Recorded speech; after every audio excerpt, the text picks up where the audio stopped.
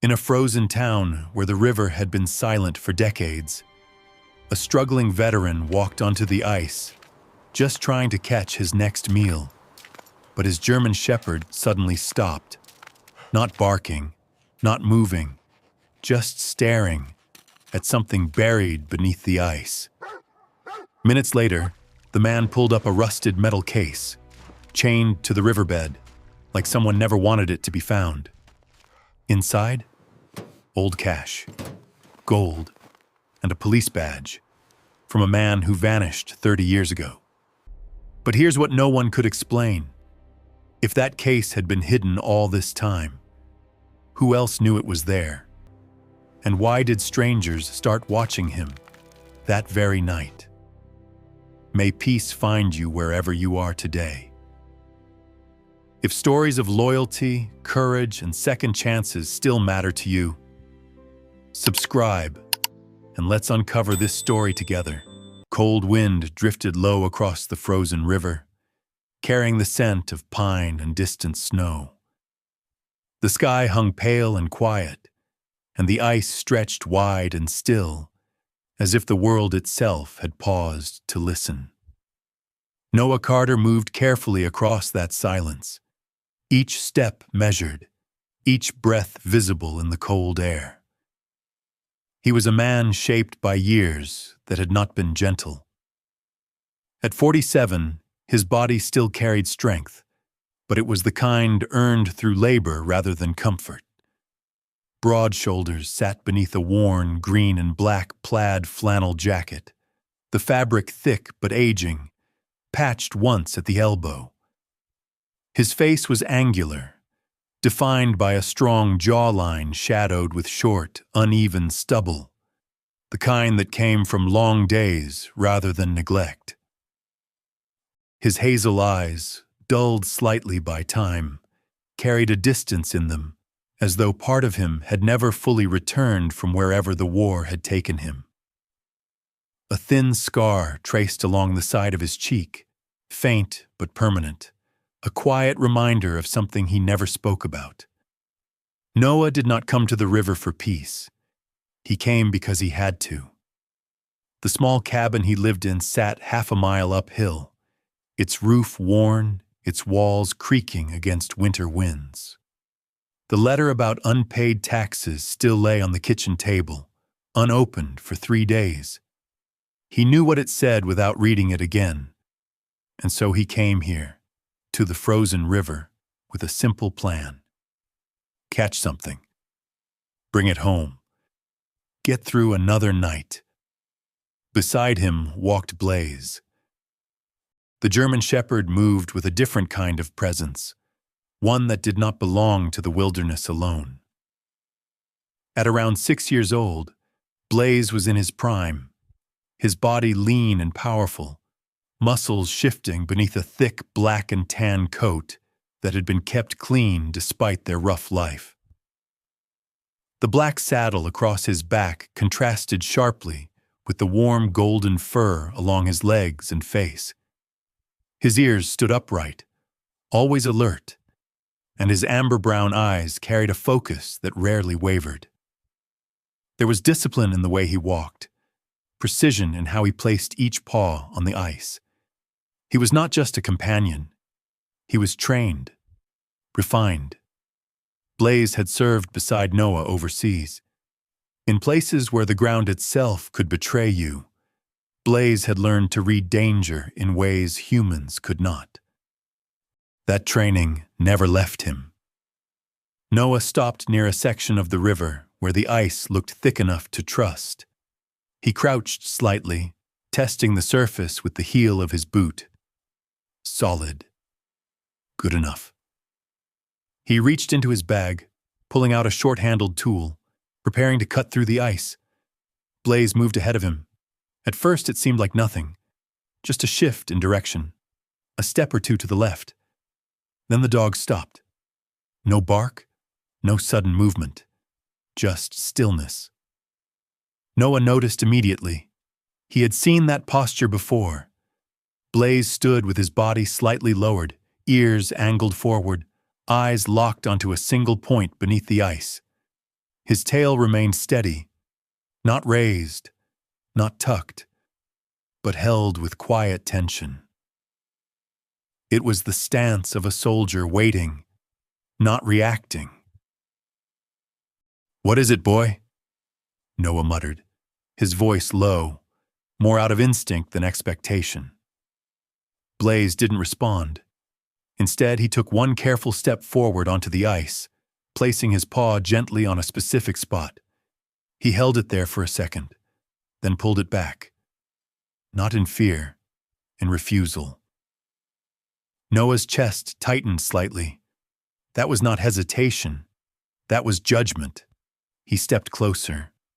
The ice in this section was clearer than most, a thin layer of snow having been swept away by wind.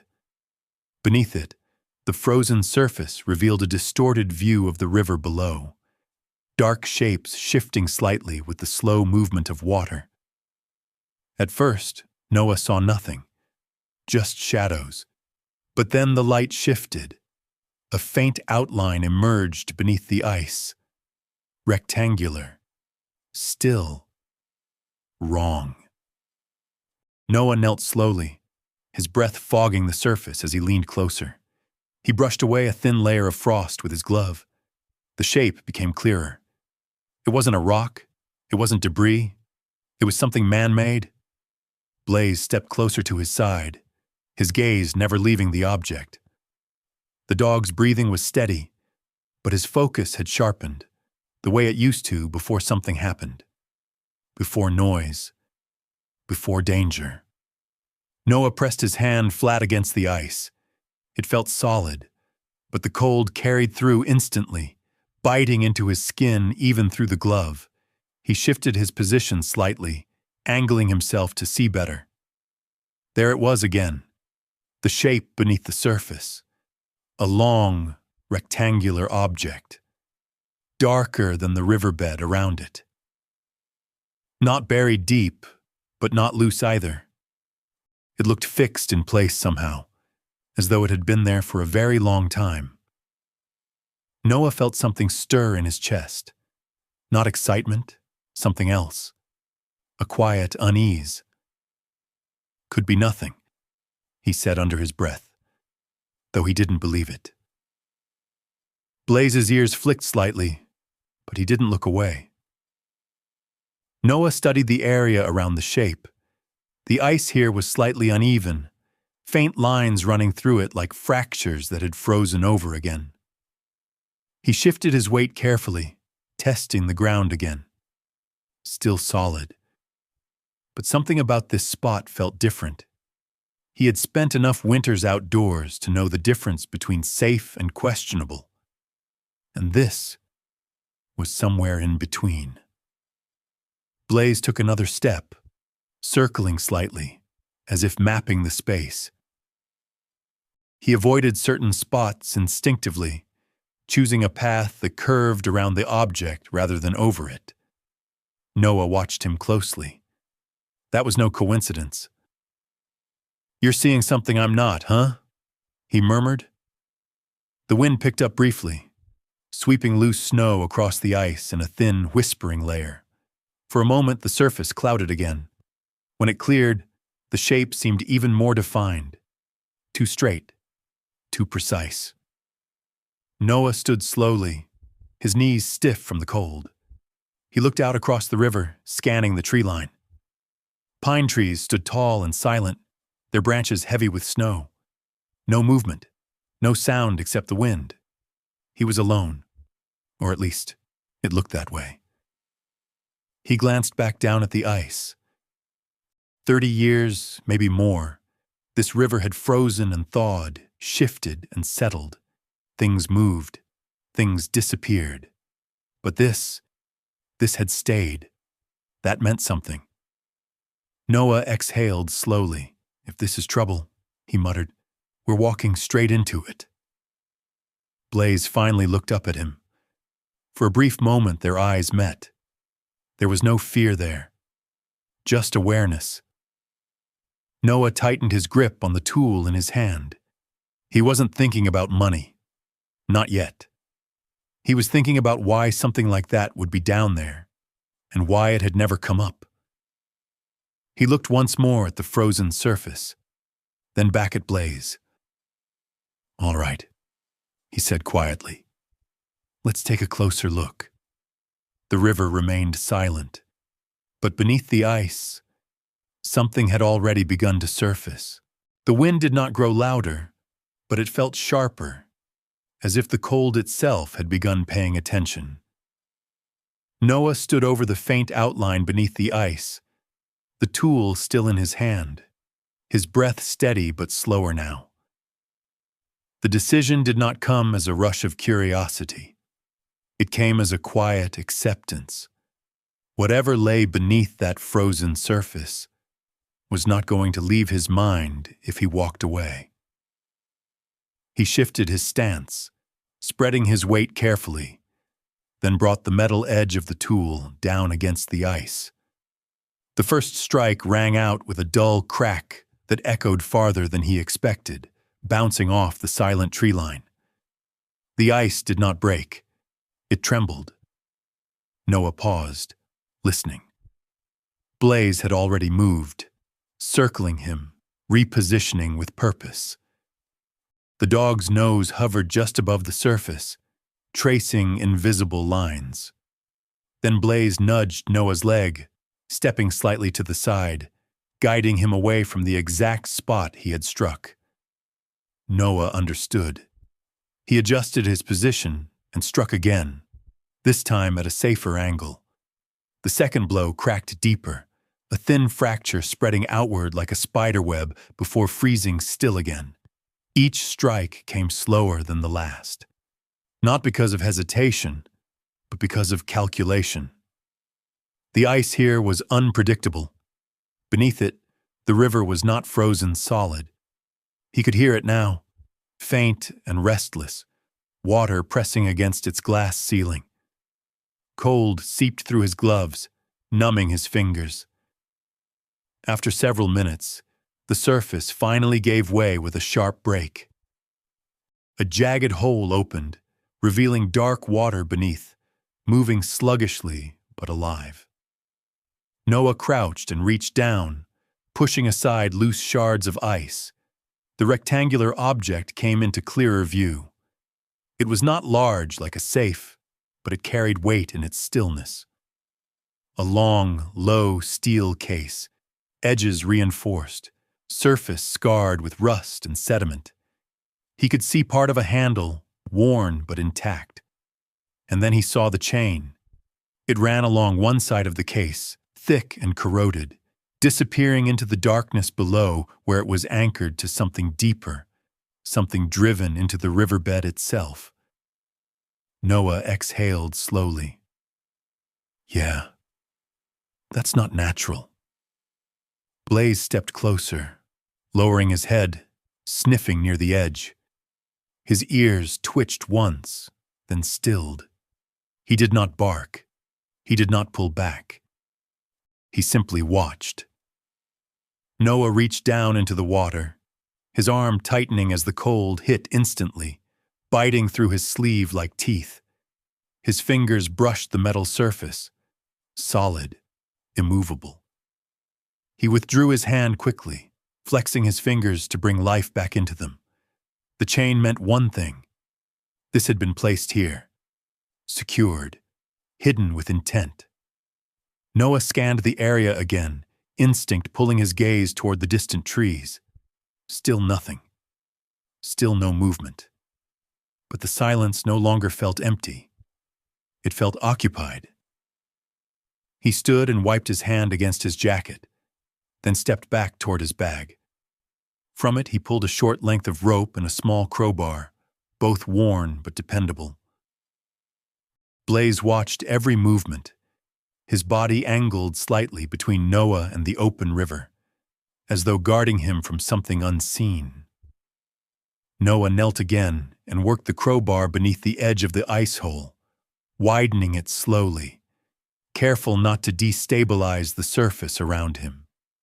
The opening grew just enough for him to reach deeper. He looped the rope through the visible handle, pulling tight. testing resistance. The case did not move. The chain held firm. "Of course you're not coming up easy," he muttered. He shifted again, finding a better angle, then began working at the chain itself. It was old. Rust had eaten into its links, weakening them over time, but it was still anchored. He hooked the crowbar between two links and applied pressure. The metal groaned faintly. Not loud enough to echo, but enough to remind him that time had done most of the work already. He pushed harder. The first link snapped with a dull metallic crack, sending a small vibration through the water. Noah froze again, listening. Nothing. Just the river. He continued, breaking a second link, then a third. Each one gave a little easier than the last. Eventually, the tension released. The chain slackened, and the case shifted slightly in the water. Noah tightened his grip on the rope. "All right, now we see what you are." He braced his boots against the ice and pulled.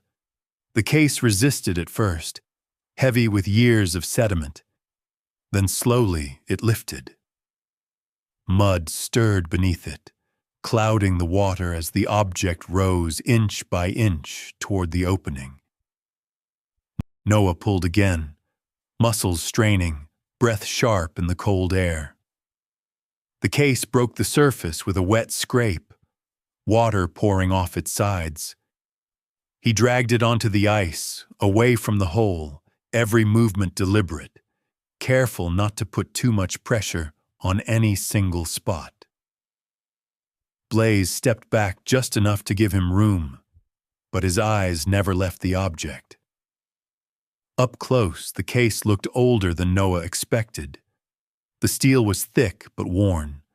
Scratches ran across its surface, not random, but the kind left by handling, by transport, by use. The hinges were stiff, partially fused by rust, but not completely destroyed. Along the edge, a thin strip of rubber seal still clung in place, cracked but present. Waterproof. Designed that way.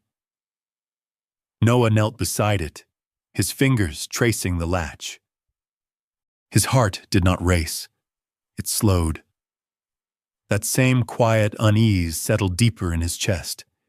He had seen containers like this before, not in rivers, in places where things were meant to be moved without being seen. He pried at the latch with the crowbar. It resisted, then gave with a low creak. The lid lifted slowly, stiff with age.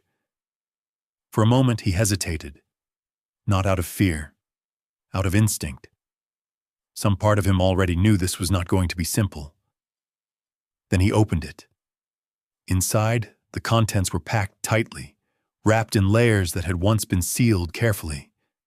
Bundles of paper currency, yellowed at the edges but intact. Stacked, organized, not random, not scattered. Alongside them, small rectangular bars, gold, dull but unmistakable. Noah let out a breath he hadn't realized he was holding. "That's not normal," his voice barely carried. He reached in, lifting one bundle. It was heavier than it looked. Real, very real. But it wasn't the money that held his attention. Not for long. Beneath the top layer, something else caught the light.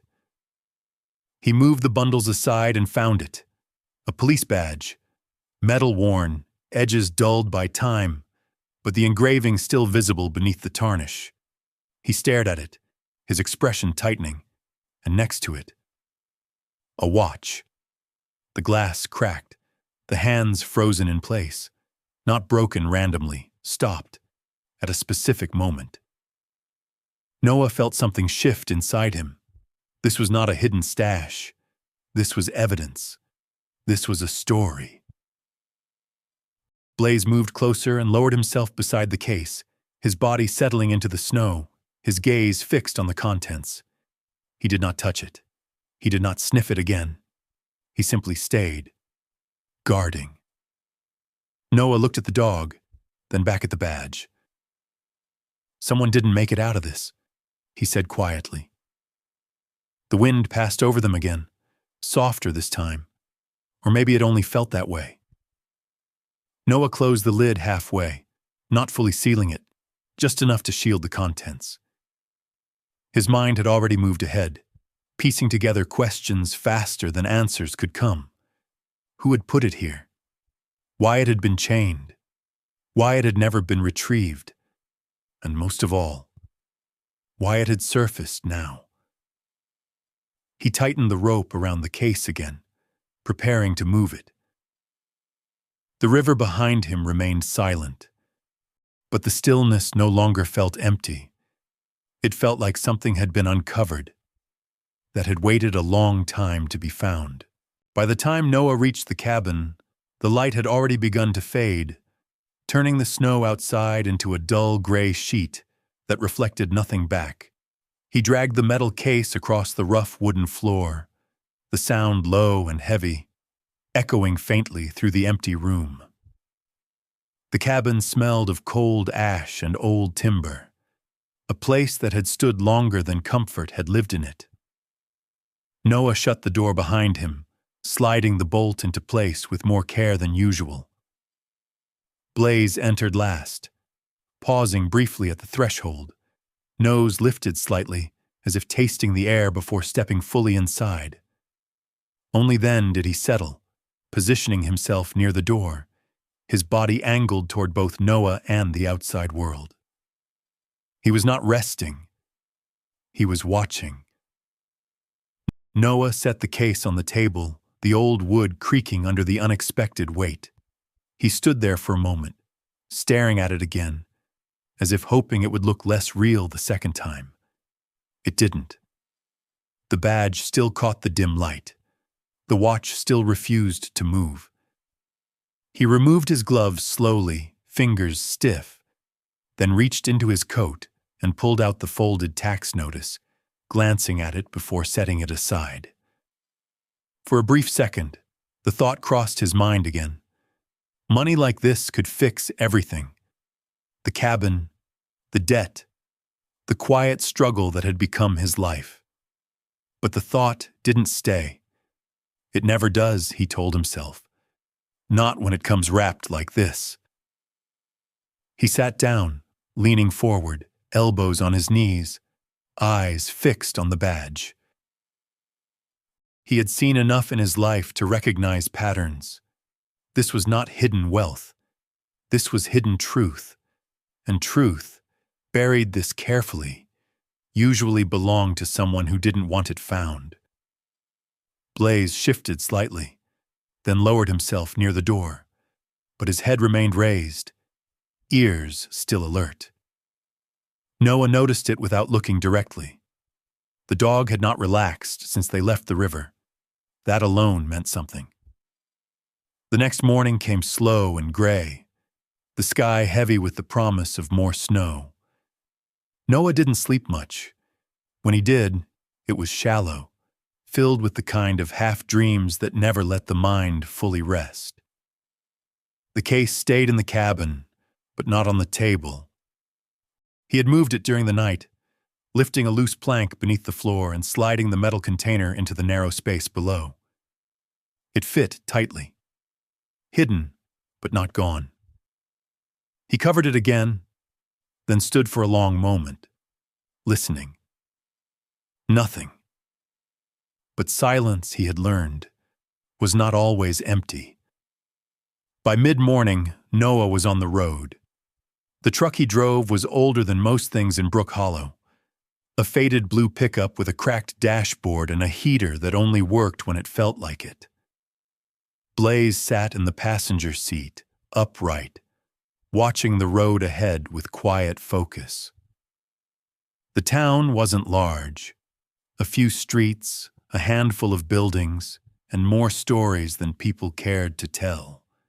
The Brook Hollow Public Library sat near the center, a narrow brick building that had seen better years but still held its place with quiet dignity. Inside, the air smelled faintly of paper and dust, a smell that carried time in it. Behind the front desk stood Margaret Ellison, the town's librarian. She was a woman in her early 60s, tall and slender, with silver-gray hair pulled into a loose bun at the back of her head. Her face was lined, but not harshly, more like a map of years spent observing rather than reacting. She wore thin glasses that rested low on her nose, often pushed up absent-mindedly when she concentrated.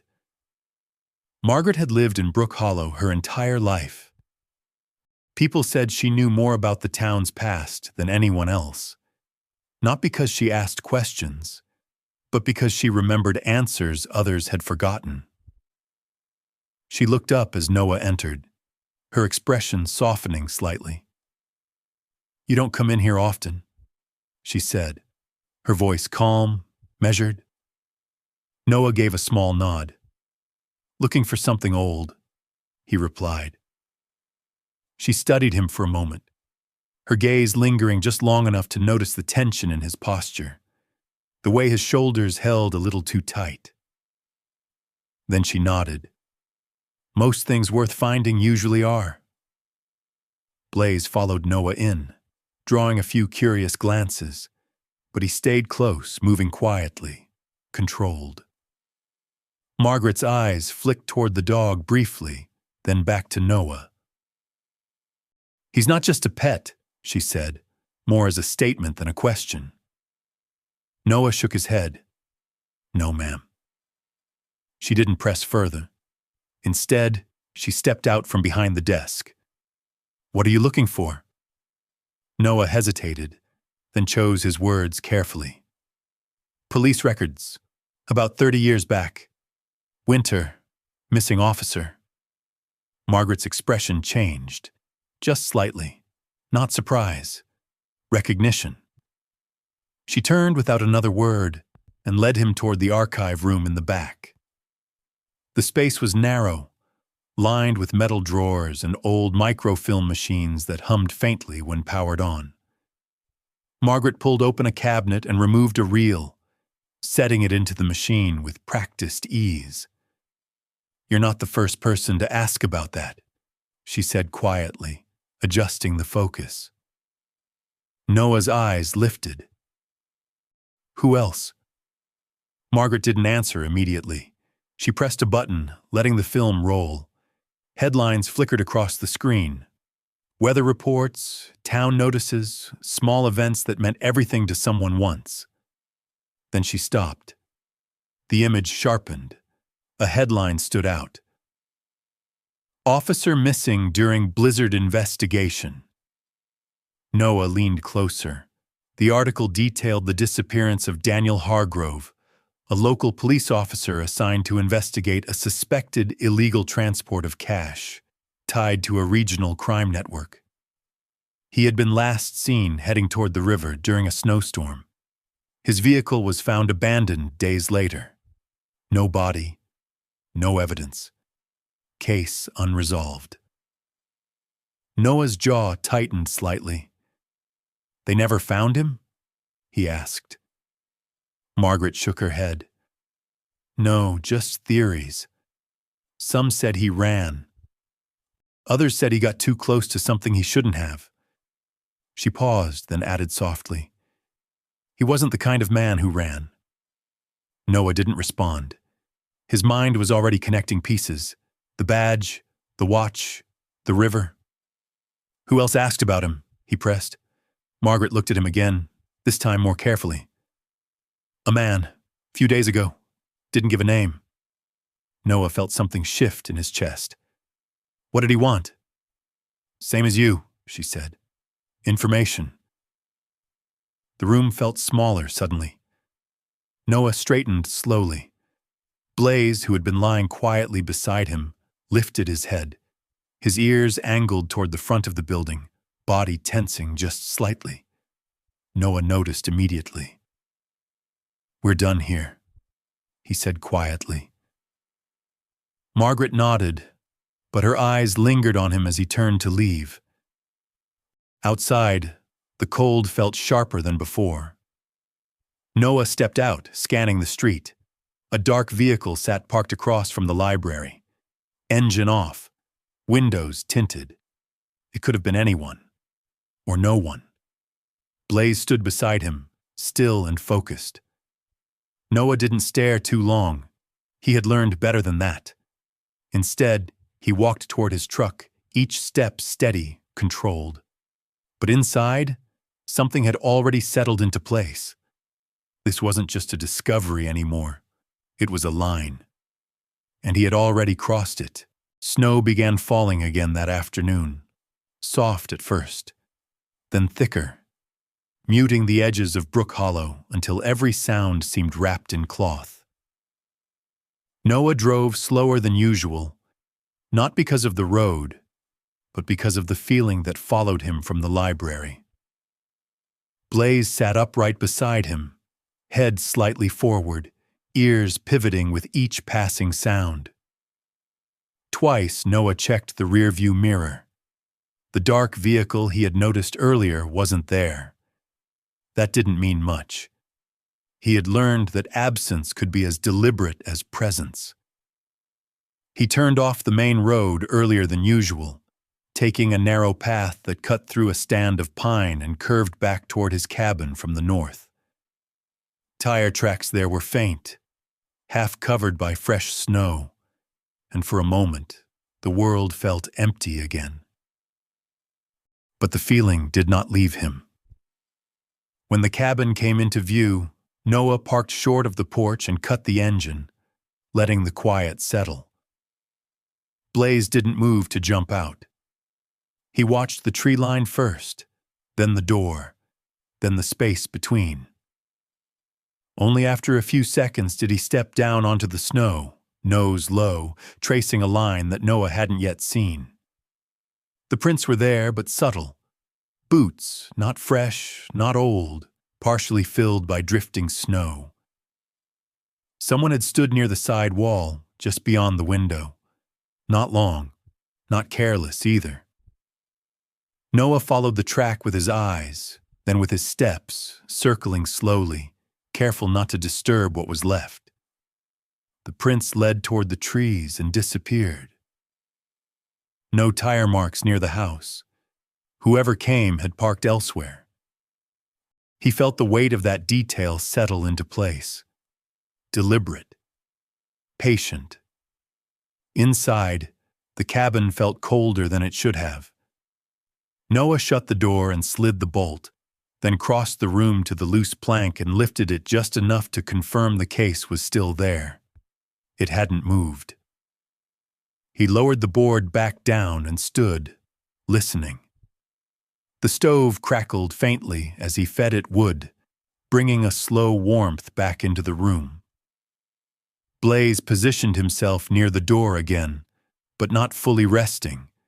His eyes tracked every corner, every shadow that shifted with the light. Noah poured himself coffee from the dented kettle and didn't drink it right away. He stood at the window instead, looking out across the slope where the snow fell heavier now, erasing lines, softening everything. If there had been tracks beyond the immediate yard, they would be gone by morning. The thought brought no comfort. As evening settled, the town did what it always did in winter. Pulled inward, lights dimming one by one until only a few glowed along the main road. Noah made a decision he didn't want to make. He needed to know what had been said and who had said it. And for that, there was only one place people still spoke freely. Miller's Diner sat at the edge of town, a long, low building with fogged windows and a flickering sign that had outlived better days. Inside, the air was warmer, thick with the smell of coffee and fried food, voices low but constant. Noah stepped in, Blaze at his side, drawing a few glances but no objections. Most people in Brook Hollow knew enough to recognize the dog's discipline. Behind the counter stood Frank Miller, a man in his early 60s with a broad frame that had softened with time but not weakened. His hair was white and thick, combed straight back, and a heavy mustache sat over a mouth that rarely smiled fully, but never seemed unfriendly. Frank had once been a deputy in the county, years before a knee injury forced him off patrol. Since then, he had run the diner with a quiet authority, the kind that came from listening more than speaking. He knew people. More importantly, he knew when they were lying. He poured Noah a cup without asking and set it down with a nod.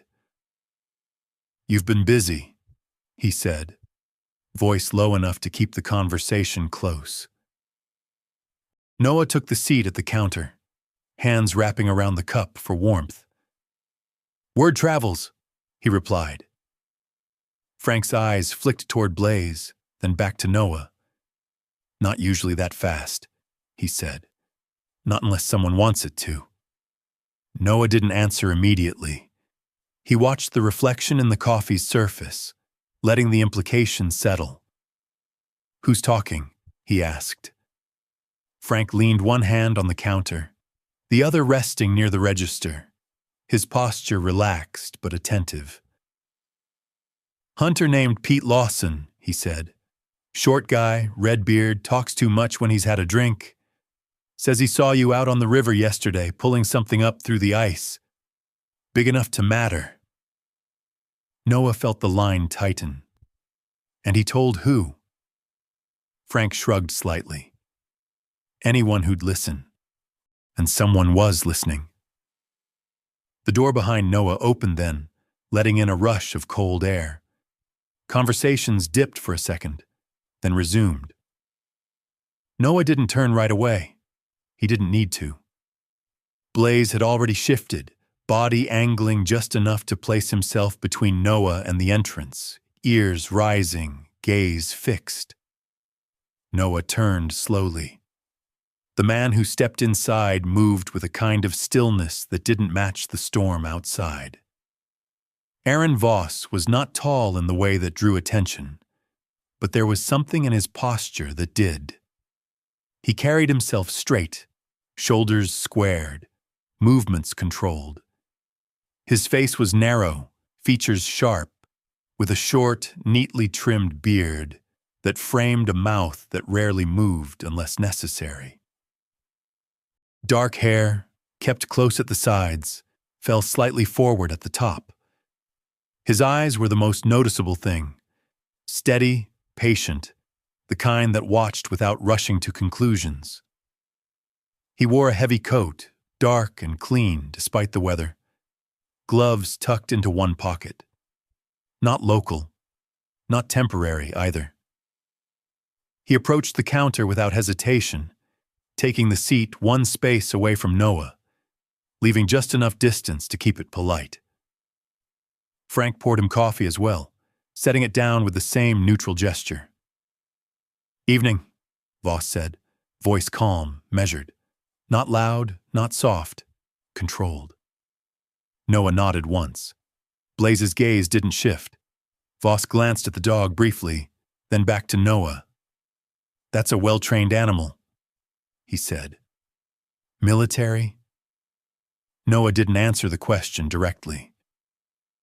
"He knows what matters," he said instead. Voss allowed a faint hint of a smile, more acknowledgement than amusement. "That's rare," he said. "Most things don't." He lifted the cup, took a small sip, then set it down again, eyes still on Noah. "Heard you've been out on the river," he added, as if continuing a casual conversation. "Found anything interesting?" The question sat between them, simple on the surface, weighted underneath. Noah met his gaze. "Depends what you call interesting."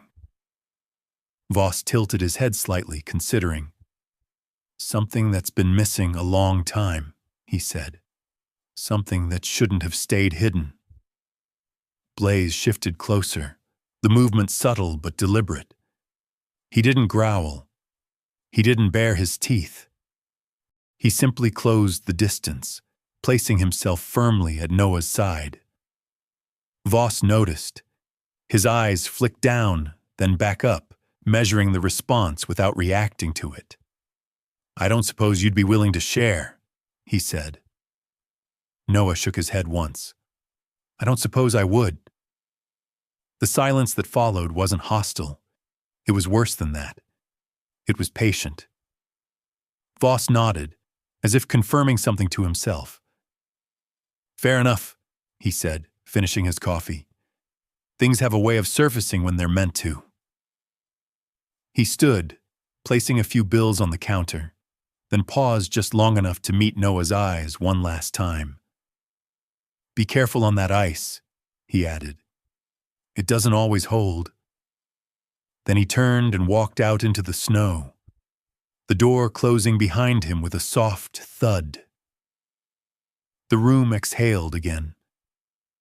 Conversations resumed, but quieter now, edged with curiosity. Noah didn't move for several seconds. Then he stood, setting his own payment on the counter. Frank leaned in slightly. "You know him?" he asked. Noah shook his head. "No." Frank's expression didn't change. "He knows you," he said. Outside, the snow had thickened, swallowing tracks as quickly as they were made. Noah stepped into it with Blaze at his side, the cold cutting sharper than before.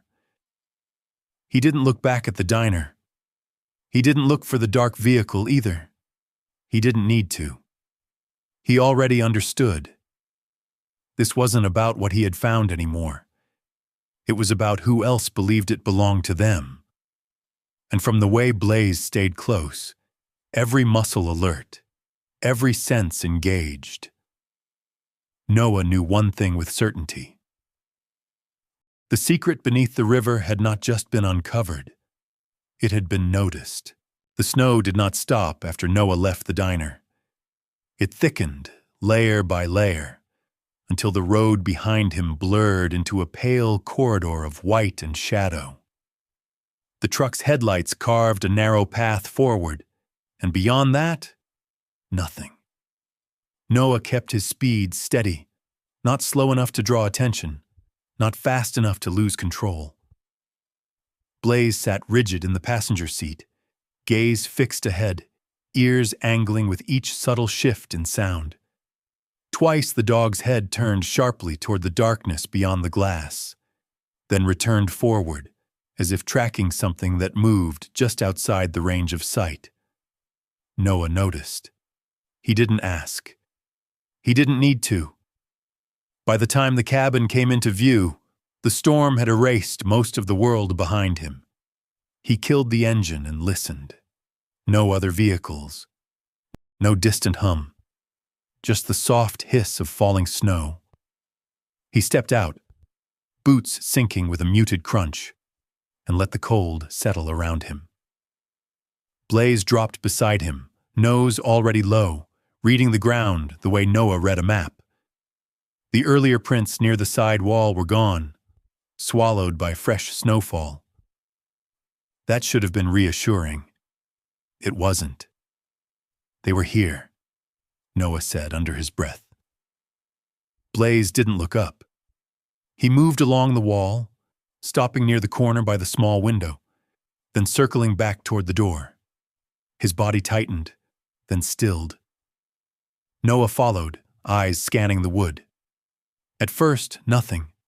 Then he saw it, a faint scrape near the latch, shallow but recent. Someone had tested it, not forced. Not yet. Noah unlocked the door, stepped inside, and secured it behind him with the bolt and the chain. He didn't turn on the main light. Instead, he lit the lamp by the table, keeping the room dim. Blaze took his position near the door again, but this time he didn't lie down. He stood, weight balanced, as if waiting for something to prove him right. Noah crossed to the loose plank, lifted it, and checked the metal case. Still there, untouched. He lowered the board and slid a rug over the spot, then moved a chair across it. Not obvious, just enough to change the shape of the room. He fed the stove and poured coffee, hands steady, mind working through the angles. Pete had talked, Voss had asked, someone had come to the door. The line was tightening. He didn't sit. He waited. Time passed slowly. The storm softened the world outside until even the wind seemed distant. Inside, the cabin creaked with the kind of small sounds that came from old wood and shifting temperature. Noah let them pass without reacting. Blaze didn't. Every so often the dog's ears flicked, tracking something Noah could not hear. Then, sometime past midnight, Blaze's head lifted sharply. No growl, no bark. Just a stillness that was more alarming than noise. Noah froze. The sound came a second later, not from the door, from the back. A faint metallic touch, soft, controlled, almost respectful. Someone knew how to move quietly. Noah set the cup down without a sound and reached for the flashlight and the length of wood he kept by the stove. Not a weapon, a tool that could become one if needed. He moved toward the hallway, each step deliberate, placing his weight the way he had learned long ago, rolling from heel to toe, minimizing noise. Blaze moved ahead of him by half a step, then stopped at the corner, body angled, waiting. The second sound was clearer. The back storage door, the latch, tested, then eased. The wood gave with a faint sigh. Whoever it was had patience. Noah's jaw tightened. He leaned just enough to see the shadow as it slipped inside. A man, bundled in a dark coat, face partially covered, movements careful and efficient. He closed the door behind him without letting it click, then paused, listening. Professional, or practiced. The man stepped forward, scanning the room with a small flashlight held low, beam angled to avoid windows. He moved toward the table first, checking surfaces, then toward the cabinet. Not random, searching. Noah held position. He did not rush. He did not reveal himself. He let the man move deeper, away from the exit. Blaze shifted, almost imperceptibly, placing himself between the intruder and the front door. Not blocking yet, just closing space. The man reached the edge of the rug, paused, and angled the light down. The rug, the chair, the subtle change Noah had made. He knelt, hand brushing the fabric, testing the edge. Noah stepped forward then, just enough for the floor to creak. The man froze, head snapping up, light cutting across the room. For a second, both men saw each other, one in the doorway, one on the floor. No words. No introductions. The man moved first, rising quickly, pivoting toward the back door. Blaze moved faster. Not a full attack. No leap to the throat, no reckless charge. He cut the angle, sliding between the man and the exit, body low, teeth bared just enough to make the message clear. Stop. The man hesitated, calculating. Then he shifted direction, darting toward the side window. Noah stepped into his path, raising the length of wood. Not striking, just forcing the decision. The room narrowed to 3 points of motion. The man chose the door. He lunged, trying to slip past Blaze with speed rather than force. Blaze held his ground, snapping once, close enough to catch fabric without tearing skin. The man recoiled, balance broken, and in that fraction of a second Noah moved in, closing distance, pushing him offline. Not a clean takedown, not a fight, a disruption. Enough. The man staggered, hit the edge of the table, then made a different choice. Retreat over confrontation. He shoved past the chair, kicked the back door open, and vanished into the storm. The cold rushed in behind him, carrying the scent of snow and something else. Oil, metal, the faint trace of a vehicle somewhere beyond the trees. Noah didn't chase. He stood in the doorway for a second, watching the darkness swallow movement, then closed it, bolting it hard this time.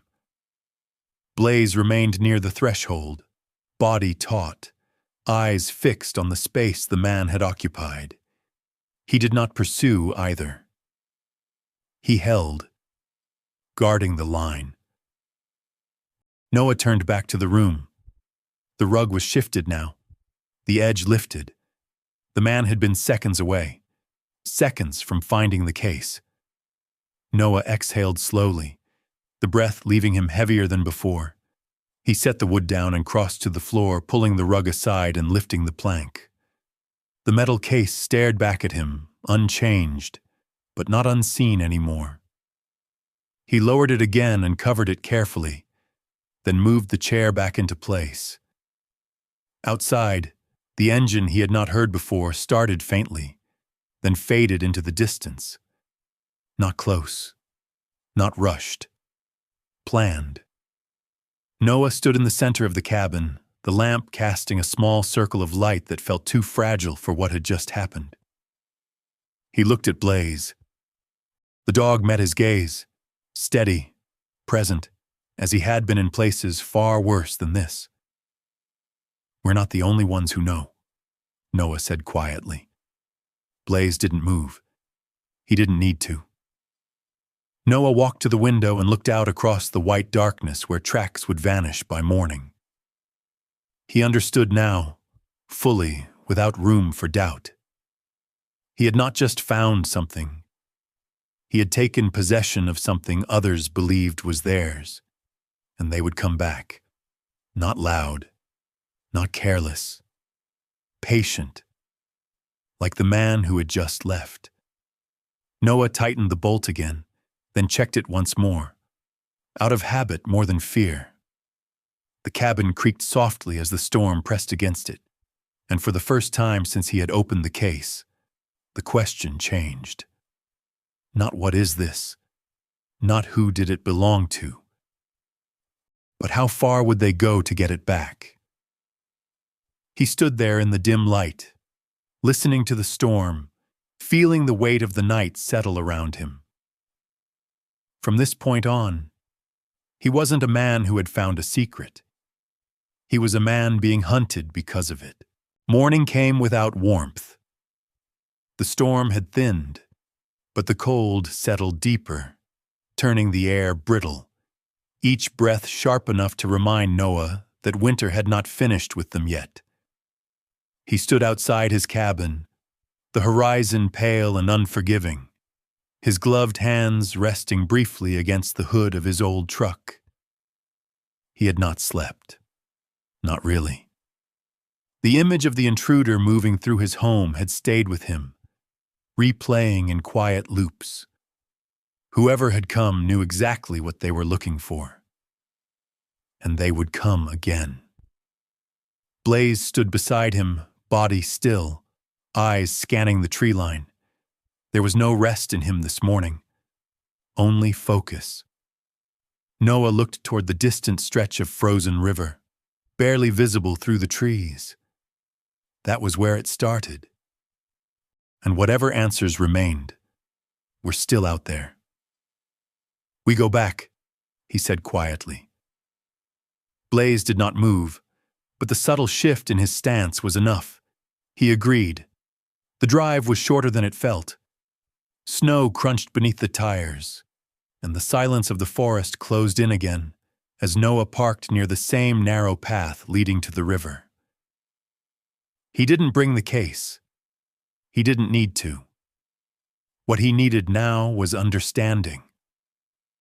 The moment they stepped onto the ice, the air changed. It wasn't colder. It was tighter, like the space itself had narrowed. Blaze moved ahead, but slower this time, each step deliberate. His nose hovered just above the surface, tracking scents buried beneath cold and water.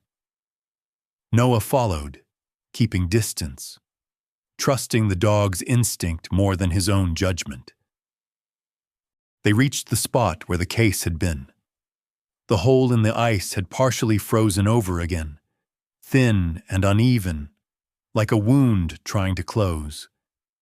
Noah crouched beside it, brushing away the brittle layer, exposing the dark water beneath. The broken chains still trailed down into the river, disappearing into shadow. He studied it closely. The metal wasn't just rusted. It had been cut. Not cleanly. Not recently, but deliberately. That meant whoever placed the case here had planned for it to stay, or to be retrieved under the right conditions. Noah felt a slow realization settle in. This wasn't a hiding place chosen at random. It was chosen with knowledge of the river, of the seasons, of time. Blaze stiffened. The shift was instant, subtle but unmistakable. Noah didn't need to look up to know. They weren't alone. The sound came first. Boots on ice, slow, measured, then a second set and a third. Noah stood slowly, turning just enough to see them without making the movement obvious. Aaron Voss approached from the far side of the river, his posture the same as before, calm, controlled, unhurried. The two men with him were different. One was broad-shouldered, heavier, with a thick beard and a face hardened by years of outdoor work or something harsher. His name, though Noah did not know it yet, was Marcus Doyle. A man in his late 40s, with deep-set eyes and a scar along his left temple, the kind earned in close quarters. Marcus moved like someone used to force, not finesse. The other was younger, leaner, his movements quicker but less certain. Kyle Benton, early 30s, narrow face, pale skin, eyes that flicked too often, too fast, nervous energy, the kind that made mistakes. They spread out slightly, not circling fully, but enough to make the space feel smaller. Voss stopped a few steps away, boots planted firmly on the ice. He didn't raise his voice. He didn't need to. "You went back," he said. Noah kept his hands visible, his stance neutral. "So did you." A faint hint of something passed through Voss's eyes. Not surprise. Confirmation. "You found something," he continued. Not a question. Noah didn't answer. Blaze stepped forward, placing himself slightly ahead of Noah, body low, ears forward, gaze fixed. Not aggressive, but ready. Voss noticed. "He's good," he said quietly. "But this isn't about him." Noah's voice stayed level. "Then say what it's about." Voss tilted his head slightly. "That case," he said. "It doesn't belong to you." The wind picked up, sweeping loose snow across the ice, blurring the edges of everything. Beneath them, a faint sound echoed. Not loud. Not yet. A crack.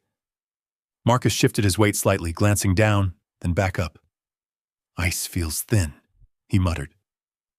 Voss didn't move. "We won't be here long," he said. He took one step forward.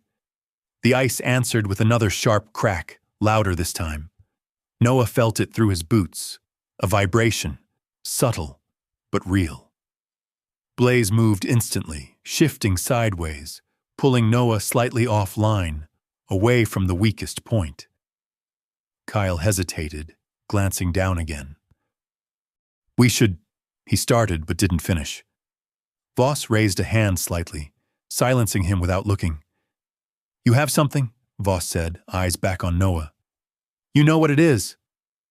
Noah shook his head once. "I know enough." The crack spread, this time visible, a thin white line branching across the surface between them. Marcus stepped back instinctively. Kyle followed too quickly, his foot sliding slightly on the ice. That was all Blaze needed. He moved, not straight at them, not reckless. He cut across Kyle's path, fast, low, forcing the younger man to shift again. Kyle lost balance. His boot slipped on the thin layer of snow, and suddenly the ice beneath him gave way with a violent snap. The sound was sharp, final. Water surged up through the break as Kyle dropped halfway through, arms flailing, panic exploding into the silence. "Help!" His voice cut off as the cold hit him. Marcus lunged forward, grabbing for him, but the ice cracked again beneath their weight. He pulled back just in time, cursing under his breath. The situation flipped in seconds. Voss stepped back, eyes scanning, calculating, not fear, adjustment. "Move!" Noah snapped, grabbing Blaze's collar just long enough to redirect him. They didn't run straight back. Blaze led. He veered toward the shoreline, where the ice was thicker, less stressed by the current. Noah followed without question. Behind them, Kyle's struggle grew louder, water splashing, ice breaking further. Marcus shouted something, torn between helping and retreating. Voss said nothing. Noah didn't look back. He didn't need to. The cracks were spreading. Fast. His foot hit a slick patch, and he slipped, dropping to one knee.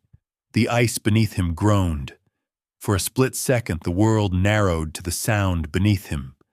Then Blaze was there. The dog turned, teeth catching the fabric of Noah's jacket, pulling hard, anchoring him long enough for Noah to regain footing. It wasn't force that saved him. It was timing. They moved again, faster now, but controlled. No panic. Panic broke ice. Calculation kept it intact. They reached the edge where snow met solid ground. Only then did Noah stop, turning back just enough to see the distance. The hole in the ice had widened. Kyle was still in the water, clinging to the edge. Marcus had dropped flat, reaching, trying to pull him out. Voss stood a few steps back, watching, always watching. For a moment their eyes met across the broken river. No anger, no shouting, just recognition. This wasn't over. Noah turned away first.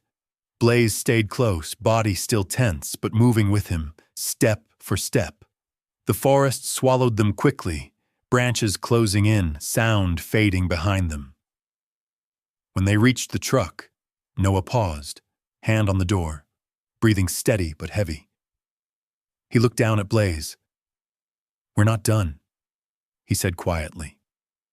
Blaze didn't respond. He didn't need to. They both knew. Whatever had been buried beneath that river had just broken the surface. And now, it wasn't just a secret. It was a hunt.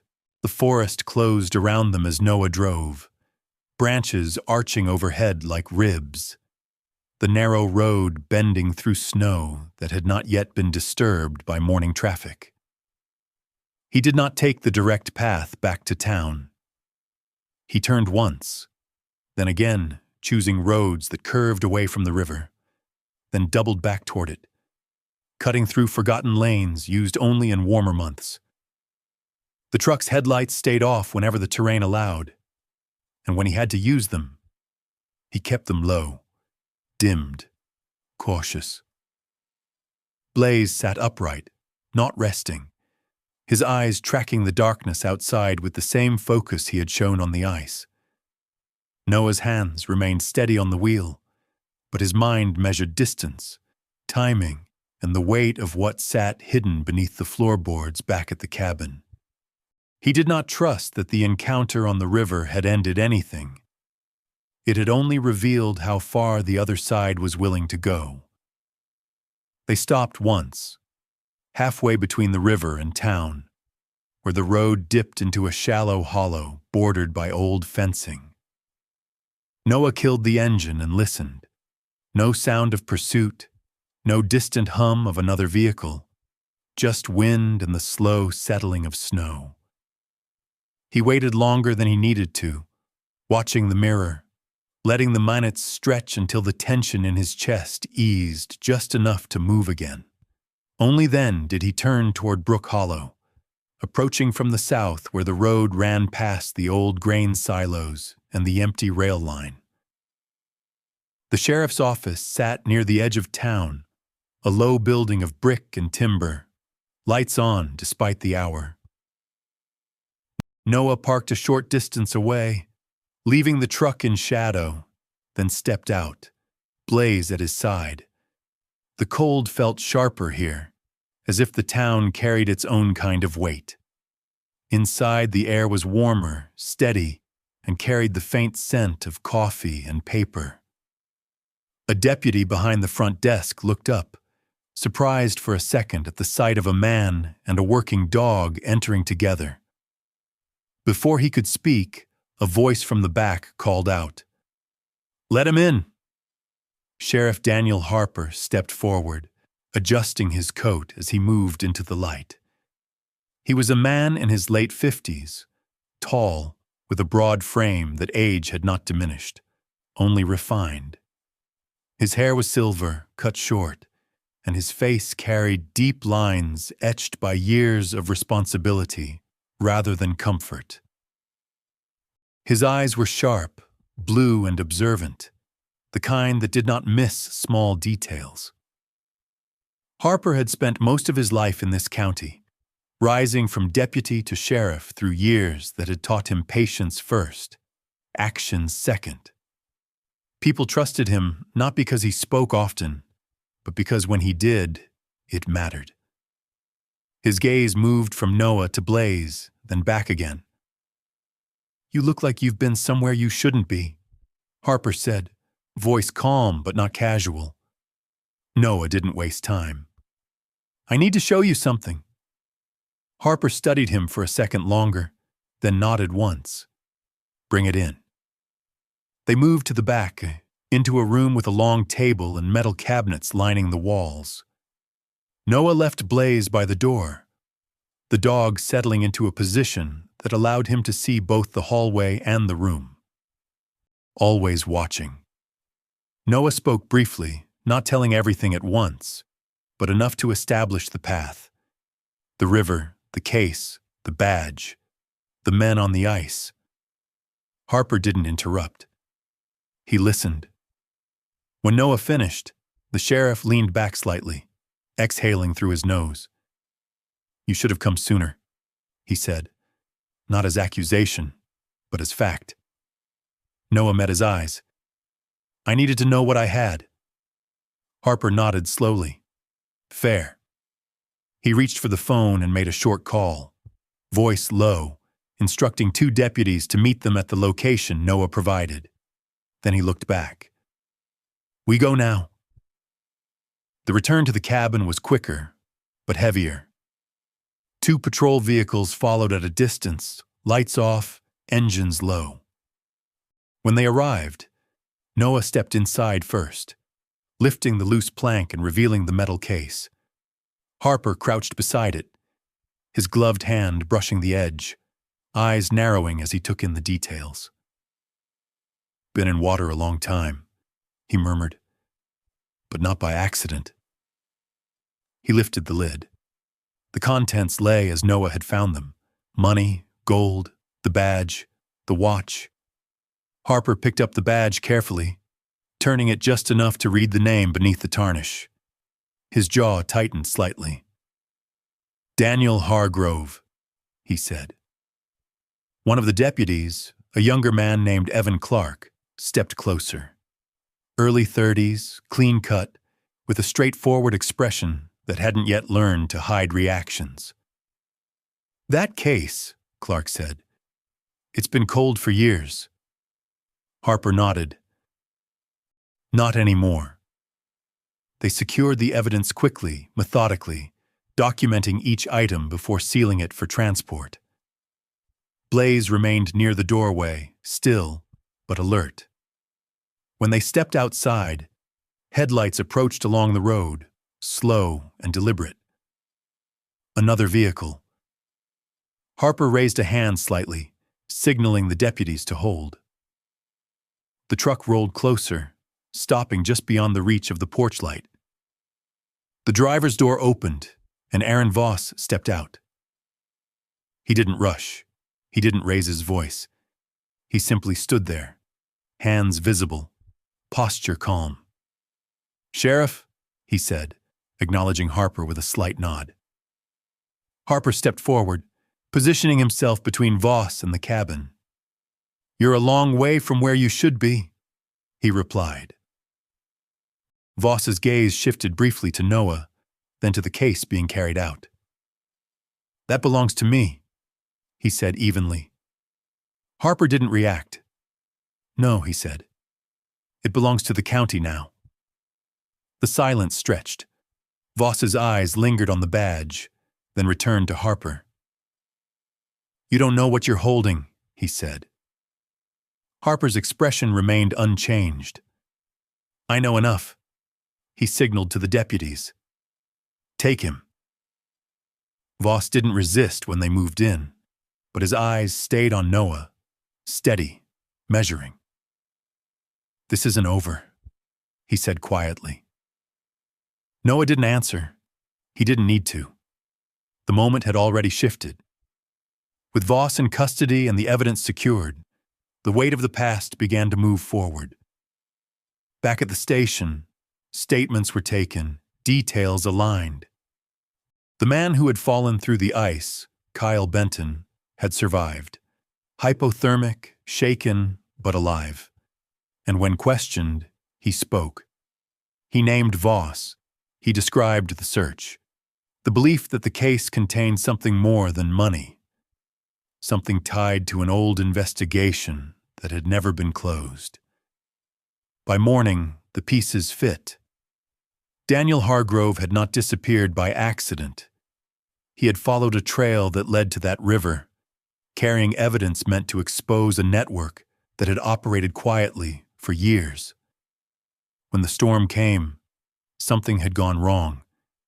He had hidden the case, chained it beneath the water, ensuring it would not be easily found. And then, he had not made it back. The watch had stopped. The badge had remained. And the truth had waited. Noah sat in the chair across from Harper's desk, Blaze resting at his feet now, finally still. The sheriff set the badge down between them. "He did his job," Harper said. "Took 30 years, but it counted." Noah looked at the medal, then at Blaze. "He finished it," he said quietly. Harper followed his gaze to the dog, then nodded once. "Looks like it." Outside, the snow had stopped. The town looked the same as it had the day before. But something had changed. The past had surfaced. And for the first time in a long while, it had been given back to where it belonged. Winter did not leave all at once. It loosened its grip slowly, day by day, as if reluctant to release the town it had held for so long. The snow along the roads turned from white to gray, then to slush, and the frozen river that had once hidden everything began to move again, its surface cracking and shifting under a sky that finally allowed the sun to return. Noah Carter stood on the edge of that river one morning, hands in the pockets of his green and black plaid flannel jacket, watching the water break free from ice that had defined it for months. Blaze stood beside him, his black and tan coat catching the light in a way it hadn't during the long weeks of snow. The dog's posture had changed. Not weaker, not softer, just calmer. Like something unfinished had finally been set down. The case had been processed, the money counted, the gold cataloged, and the badge returned to the sheriff's office before being cleared as part of a closed investigation. The reward, when it came, felt less like a windfall and more like a quiet consequence. Noah had not asked for it. He had not expected it, but it arrived anyway. A number on paper large enough to change a man's life if he chose to let it. The first thing he did was simple. He paid the taxes on the cabin. He stood in the county office while Linda Hargrove, A woman in her late 50s with short, ash-brown hair and a calm, practiced demeanor, processed the payment. Linda had spent most of her working life behind that counter, watching people come in with worry written across their faces and leave with either relief or resignation. Her posture was straight, her movements precise, and her eyes carried a quiet understanding of hardship that came from witnessing it daily. When she stamped the final document and slid it back toward Noah, she paused just long enough to meet his eyes. "This place has been close to slipping away from you for a while," she said gently. Noah nodded once. Not anymore. There was no pride in his voice, just certainty. Word spread through Brook Hollow faster than the snow could melt. Not about the amount of money, not exactly.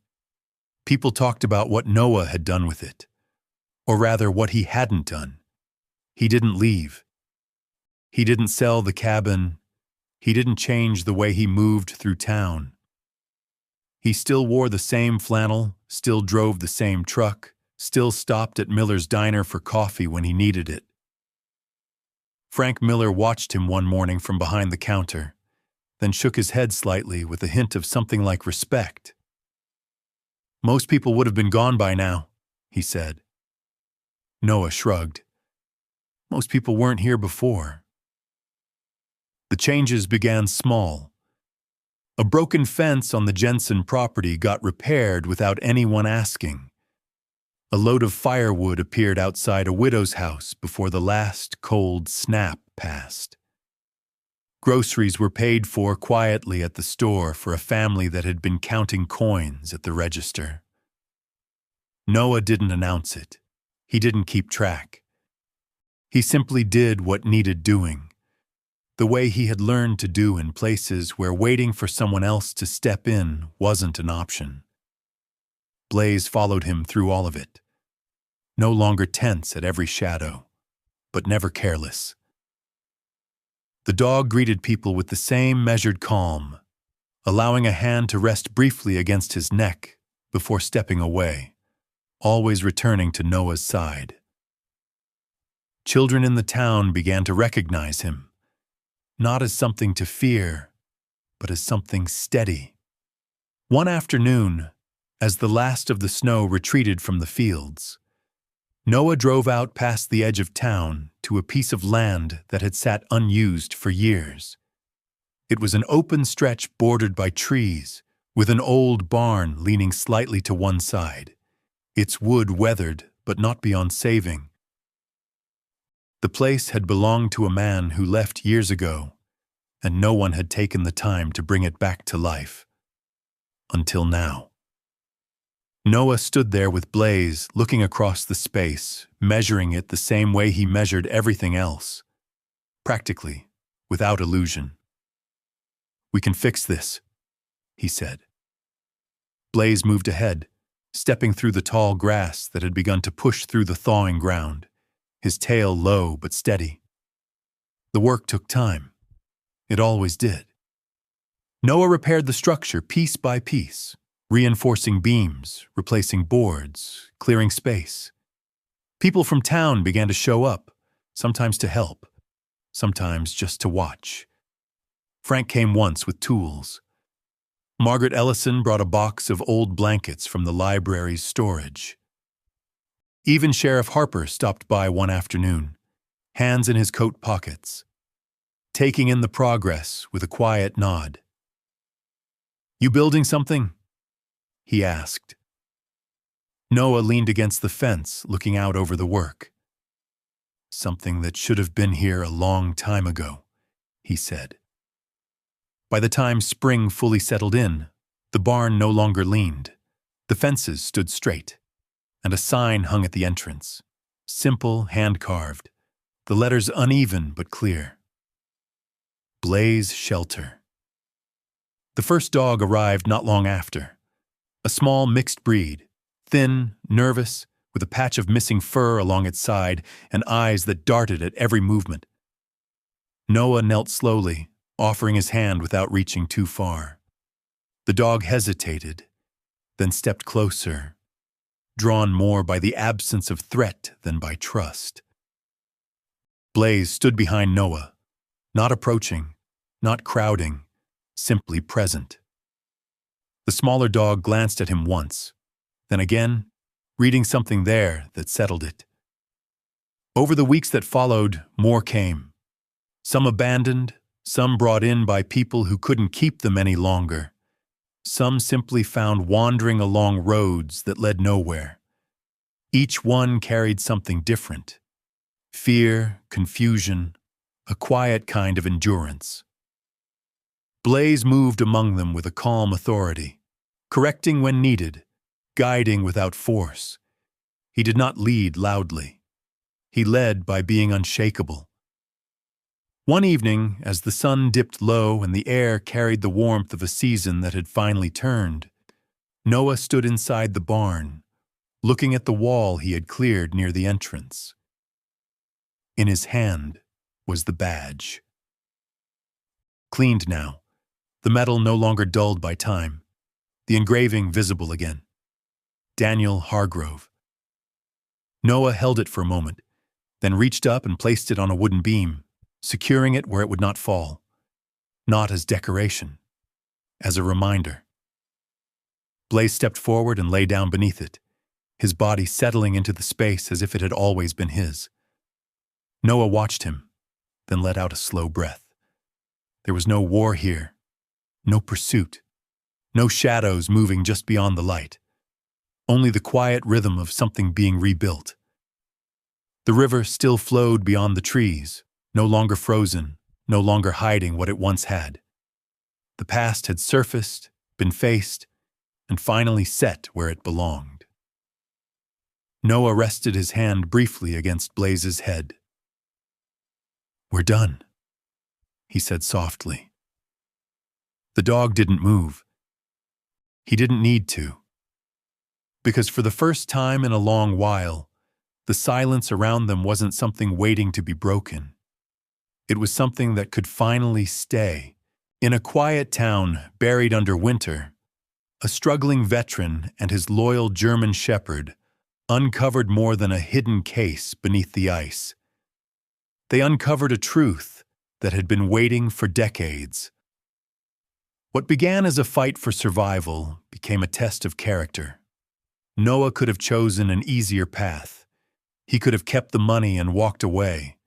But instead, he chose honesty over temptation, courage over fear, and responsibility over comfort. And beside him, Blaze showed what true loyalty means. Not just obedience, but trust, instinct, and the willingness to stand firm when everything is uncertain. This story reminds us that even in the hardest moments, the choices we make define who we become. Kindness does not require wealth. Courage does not require strength. And loyalty, once given, can change a life forever. May you always find the strength to do what is right, even when no one is watching. May kindness guide your path, and may loyalty never leave your side. If stories like this speak to your heart, subscribe and join me for more journeys of hope, courage, and unforgettable bonds.